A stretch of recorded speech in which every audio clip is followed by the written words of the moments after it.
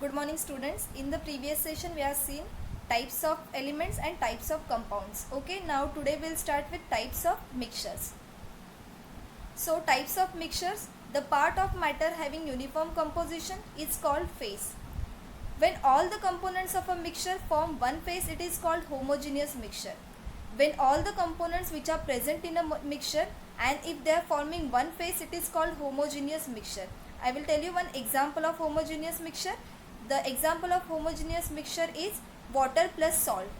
One more example, that is water plus sugar. These are the examples of homogeneous mixture when we are getting only one phase, one layer. Okay.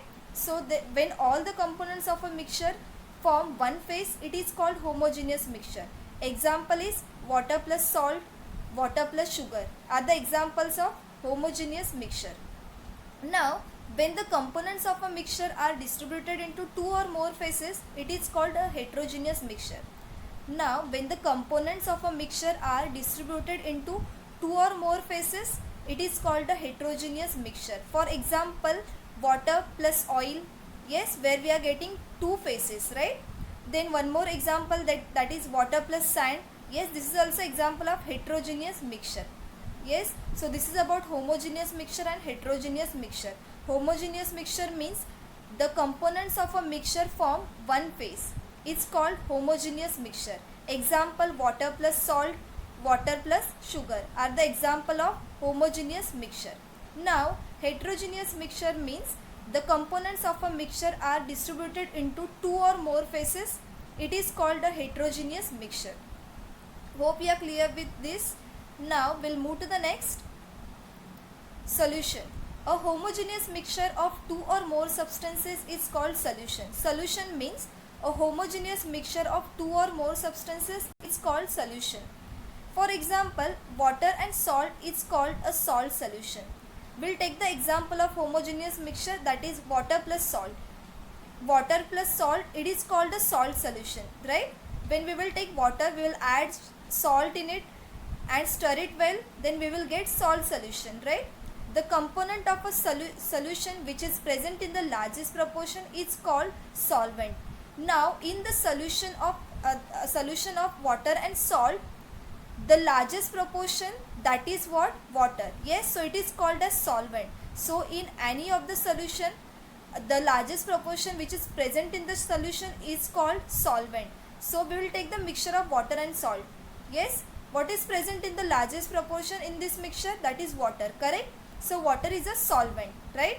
Now the other component which are in less proportion than the solvent are called solute. Now in that only mixture, the mixture of or the solution of salt plus water. Yes, what is present in the less proportion? That is salt, correct? So salt is what? Solute. So in the solution, the component which is present in the largest proportion, in more proportion, that is what? Solvent. Yes, and the component which is present in less proportion, that is called as solute. Okay. Now the process of forming a solution by mixing solute in a solvent is called dissolution. Now the process of forming a solution by mixing solute in a solvent is called dissolution. Now we'll take one more time the example, that is water plus salt. Now what is solute here? Salt is a solute. And what is solvent? Water is a solvent which is present in a large amount, and solute which is present in the less proportion or less amount. So when we are taking solute, that is salt, and we will dissolve it in solvent, so that method is called as dissolution. Okay, the process of forming a solution by mixing solute in a solvent is called dissolution. So this process is called as dissolution. According to the states of the components, solution can be of many types. Now according to the states of the components, which are the states of the components? Like solid, liquid and gases. The solution can be of many types.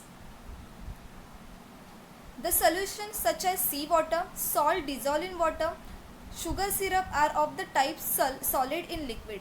Now these are the example just now we have seen, that is seawater, salt dissolved in water, sugar syrup are of the type solid in liquid. Yes, they are the type solid in liquid. Now, in addition to this, the solution can also be of the types liquid in liquid. For example, vinegar. Okay. So, these are the different examples of solution which we have seen based on their form. Yes, based on their states, like solid in solid, solid in liquid, or liquid in liquid. Okay. Now, which are the examples of solid in liquid? Sea water, salt dissolved in water are the examples of solid in liquid, right? And liquid in liquid example is vinegar. Now, gas in gas, for example, air. Yes, gas in gas is also the solution of gas of air. Yes, right. So, this is the example, gas in gas. Now, solid in solid, we will see the example, that is alloys like brass, steel, stainless steel, etc. Okay, so these are the examples of solid in solid. Now, gas in liquid, for example, chlorinated water, hydrochloric acid. These are the different types of mixtures where we can found the state like gas in liquid. Okay, so these are the different examples just now we have seen. Now we will move to the next part, that is suspension. A heterogeneous mixture of water and sawdust is a mixture of a liquid and a solid. Now, suspension means a heterogeneous mixture. We have studied about heterogeneous mixture. Yes, where we are getting two or more phases. Yes, for example, water plus oil, water plus sand. These are the examples of heterogeneous mixture. A heterogeneous mixture of water and sawdust is a mixture of a liquid and a solid. Correct? It is a mixture of a liquid and solid. Why? Because water is a liquid and sawdust is a solid. So, it's a mixture of liquid and solid. Heterogeneous mixture of a liquid and a solid is called a suspension. Now, what is the definition for suspension? Heterogeneous mixture of a liquid and a solid is called a suspension. The diameter of the solid particles in a suspension is larger than 10 raised to minus 4. The diameter of the solid particles which are present in the suspension is larger than 10 raised to minus 4. Therefore, light cannot transmit through it. Therefore, light cannot transmit means therefore light cannot pass through it. These solid particles remain on an ordinary filter paper as residue, and therefore the liquid and solid components of a suspension get separated by filtration. So, this suspension can be separated by filtration. Okay, as the particles remain on an ordinary filter paper as a residue, and therefore the liquid and solid components of a suspension get separated by filtration. Okay, so what is the definition for suspension?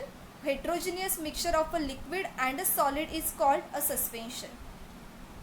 Now, colloid. The mixture of water and milk is a translucent. Translucent means semi-transparent. The mixture of a water and milk is a translucent. It means that when light is incident on the surface of this mixture, it is partially transmitted. It is not completely transmitted, it is partially transmitted and partially scattered. So, the mixture of water and milk is a translucent. When the light incident on the surface of this mixture, half of the light is transmitted and partially it gets scattered. This is because the tiny particles of milk phase in this heterogeneous mixture are dispersed evenly. Why this happened? Because the tiny particles which are present in the milk phase in this heterogeneous mixture are dispersed, means they are spread evenly in water phase, and the diameter of these particles is around 10 raised to minus 5 meter. So what is the diameter of these particles? That is 10 raised to minus 5 meter. The tiny particles which are present in the milk phase, they are distributed or they are dispersed evenly in the water phase, and because of these only the light, when it falls on the surface of this mixture, partially it gets transmitted and partially it gets scattered, because the mixture is translucent. Which mixture? The mixture of water and milk is a translucent. Such a heterogeneous mixture is called a colloid. So, such a heterogeneous mixture like water plus milk is called colloid. However, as the pores of an ordinary filter paper are larger than colloid, the heterogeneous mixture cannot be separated by filtration. So, the heterogeneous mixture of this cannot be separated by filtration. Why? Because the pores of an ordinary filter paper are larger than colloid. So, the heterogeneous mixture cannot be separated by filtration. Now, milk is itself a colloid. The solid and liquid particles of proteins, fats, etc. having a diameter around 10 raised to minus 5 meter dispersed in the aqueous medium. So milk is itself a colloid. Apart from this, there are some more types of colloids such as solid in gas, for example smoke, liquid in gas, for example cloud, etc. So these are the different examples of colloids, such as solid in gas, example is smoke, liquid in gas, example is cloud. So hope we are clear with this. Colloid means a heterogeneous mixture of milk and water is called a colloid. Okay, and what we have studied before this, that is suspension. Yes, what is suspension? A heterogeneous mixture of a liquid and a solid is called a suspension. Now the next part, that is molecular formula and valency, the last part from your lesson number 6. Molecular formula and valency, this we have studied earlier also in lesson number 5, right? So now one table is shown here. Name of the compound, molecular formula, constituent elements, number of atoms of constituent elements you have to write down. So the first one is given, that is water. Yes, what is the molecular formula for water? H2O, correct? Now we'll write down the constituent elements. Constituent elements which are present in this, that is H, hydrogen, and O means oxygen. So here we have written H and O. Now number of atoms of constituent elements. How many atoms of hydrogen? As you can see here, 2. And how many atoms of oxygen? Here not mention anything means there is 1 atom, right? So oxygen is 1. For second one we'll write down hydrogen chloride, that is molecular formula is HCl. Now we'll write down constituent elements. Which are the constituent elements here? HCl, that is hydrogen and chlorine, correct? Now number of atoms of constituent elements. Now number of atoms present in hydrogen. As you can see here, there are no numbers written here down, means there is 1 atom of hydrogen, and chlorine also 1 atom. So we'll write down here 1 for hydrogen and for chlorine 1 atom, right? Now the next one is methane. Yes, what is the molecular formula for methane? CH4. Now which are the constituent elements which are present in methane? C, that is carbon, and H, that is hydrogen, right? So the constituent elements are carbon and hydrogen. Now we'll write down number of atoms. Number of atoms present in carbon, that is 1, right? And number of atoms present in hydrogen, as you can see here, 4. So we'll write down here 4. Now the next one, that is magnesium chloride. What is molecular formula? MgCl2. Constituent elements are magnesium, that is Mg, and chlorine, that is Cl, right? Now number of atoms will write down. Number of atoms of magnesium, that is, I am writing it here now, 1. And chlorine is how many atoms? Here 2 atoms of chlorine, that is 2. So we'll write down number of atoms of constituent elements. Okay, hope we are clear with this. Name of the compounds given, we will write down molecular formula, constituent elements, and the number of atoms of constituent elements. So once again we'll see, for hydrogen chloride what is the molecular formula? HCl. For water, H2O. Methane is CH4, and magnesium chloride is MgCl2. Now constituent elements which are present in this compound, H2O, hydrogen and oxygen. Hydrogen, how many number of atoms? 2, as you can see here, and oxygen is 1, right? Now for HCl, hydrogen chloride, constituent elements are hydrogen and chlorine. Then number of atoms, hydrogen 1 atom and chlorine 1 atom. Now the next one is methane, CH4. Constituent elements are carbon and hydrogen. Carbon number of atoms 1, and hydrogen number of atoms, as you can see here, 4. Now magnesium chloride. Yes, constituent elements are magnesium and chlorine, Mg and Cl. Then number of atoms present in magnesium, that is 1, and number of atoms present in chlorine, that is 2, as it is mentioned here. Okay, so like this you will write down. Now we'll move to the next, cross multiplication method for writing the molecular formula of simple compounds. Now there is one method, like, that is cross multiplication method for writing the molecular formula of simple compounds. Now to write first step 1, that is step 1, to write symbols of constituent elements. Now we'll write down first symbols of constituent elements. Now as you can see, I written here C, that is carbon, and O, that is oxygen. So to write symbols of constituent elements, this is the first step. We'll write down the symbols. Now in the second step, to write the valency below the respective element. Now we'll write down the valency. What is the valency for carbon? What is the valency of carbon? 4, right? So below this you will write down valency. Valency of carbon is 4. Valency of oxygen is 2, right? This we have studied in the previous lesson, lesson number 5. Yes, valency. Now what is the valency of carbon? That is 4, we are written below that. Then oxygen is 2, that we are written below that. Okay. So first step, we'll write down the symbols of constituent elements. Second step, to write the valency below the respective element. Below that respective element, we'll write down its valency. Now we'll move to the third step. Yes, step 3 is to cross multiply to obtain the number of atoms of the constituent elements in the molecule of the compound. Now in third step, we'll do cross multiplication. This C multiply by 2 and O multiply by 4. Okay. First step, we'll write down the symbols. Second step, we'll write down valency below that symbol. Yes. In the third step, we'll do cross multiplication. Now we'll move to the next step. Yes. After cross multiplication, now the fourth step is to write the formula of the compound obtained by cross multiplication. Now we'll write down the formula which is obtained by cross multiplication. Now once again we'll see this. Yes, after cross multiplication, which formula you will get? C multiply by 2 means what? C2, right? Then O multiply by 4, that is O4, correct? So after step 3, that is after cross multiplication, in step 4 we'll get this formula, that is C2O4 after cross multiplication. Yes, so in step 4, to write the formula of the compound obtained by cross multiplication, what we got? C2O4. Now step 5, to write the final molecular formula of the compound, the number of constituent atoms in the final molecular formula should be the smallest possible whole number.